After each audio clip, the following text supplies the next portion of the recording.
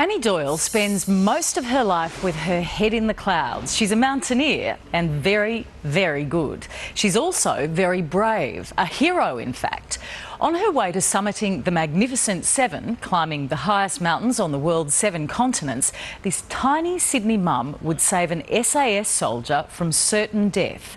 Mike Munro brings you a real cliffhanger.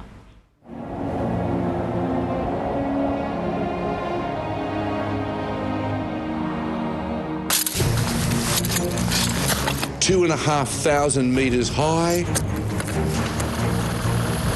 and no place for the faint-hearted. Just reaching here takes nerves of steel.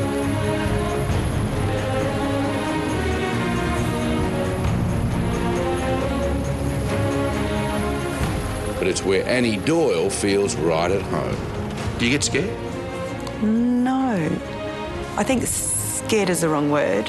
I have a healthy respect for the mountain.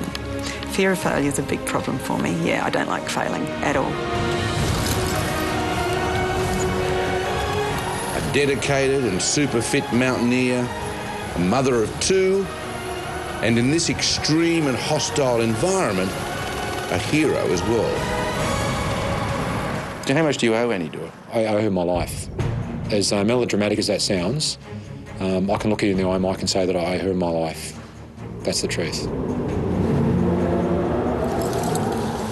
Crunching through thousands of metres of mountain one day, crunching numbers on a computer the next. Annie is Sunnyfield's Chief Financial Officer, a centre for the intellectually disabled in Sydney, where 2 of the team couldn't be more excited. This is the arts we got. About Annie's next great adventure. They've done a painting for her on the summit of Mount Everest. Did you do this? Yes, okay. Oh, it's okay. This is me. Experience around here.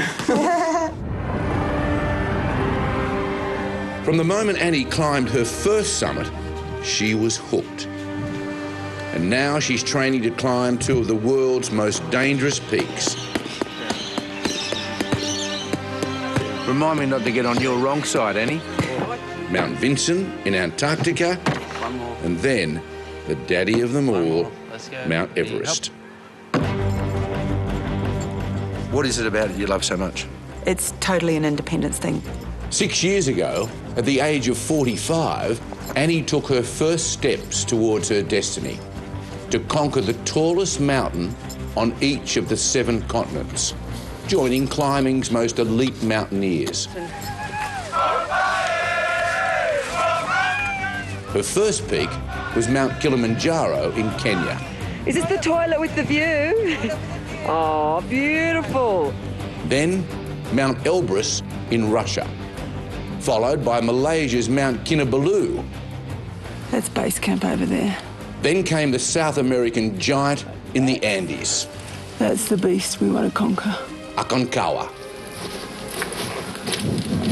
This was her 4th summit, but she was struck down by heat stroke and dehydration. What happens because of dehydration is that the brain swallows, you know. Annie quickly recovered and went back for more. This time, it was Denali in Alaska, the coldest mountain in the world. It was the coldest I've ever endured. Well, with the wind chill factor, how cold? I'm thinking we went down to -20, -25. But none of them even compared to Everest, where the thin air and snap freeze temperatures kill 1 in every 15 climbers. Which is why training at altitude is so precious to Annie.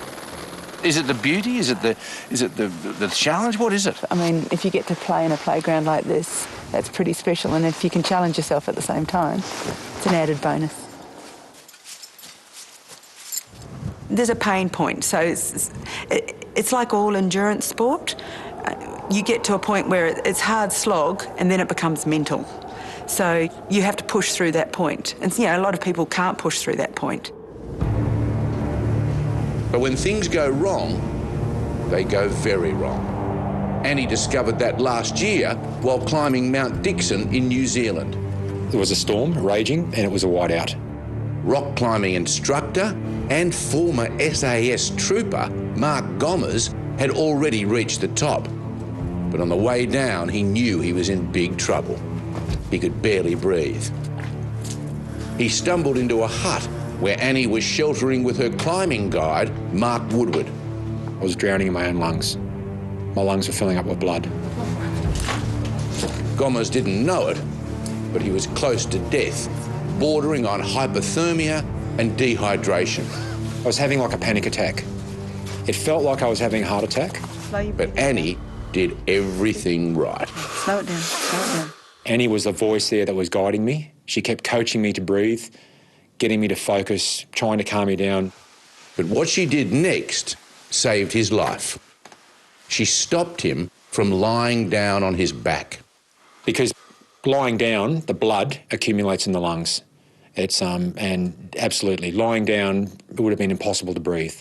And she recognised that. I owe her my life. This is the first time Gommers has seen Annie since his terrifying ordeal. Oh, how have you been? Well, thanks to you, I'm here. I'm breathing. For Annie's family, husband Rob, son Matt and daughter Grace, It's more than yourself on the mountain. the dangers of her approaching climb to the top of Everest are all too real. Honestly, my preference is I don't want her to go, but at the end of the day, no one's stopping her, and I'll be so happy when she's done this and it's all finished, and so proud of her. You were dead set against it. I was totally against it. He said that, you're not going, you're not, this is, a deal breaker. And I said, deal over. But then we compromised. I had to get on board because she was going to do it anyway, and it would be a silly person that sort of maintained their resistance anyway. Here's to a safety first. Yeah. For Annie. In a few weeks, Annie's off to Antarctica, where Mount Vinson will be her 6th summit. Next May, she'll tackle Everest, the final peak in the magnificent 7. It's got camaraderie, teamwork. I'm looking forward to the whole package. Even the death zone, the last 1,000 metres? Even the death zone. But I'm coming back.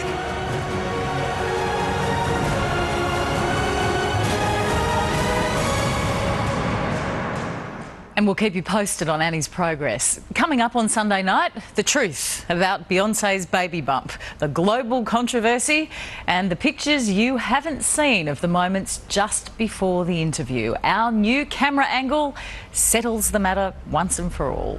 And possibly Australia's most politically incorrect woman. It's going to be for me. There are two kinds of writers. There are wires to cut. Those who write because they can't talk, and those who write because they talk so much nobody listens to them anymore. I'm the second type. Yak, yak, yak.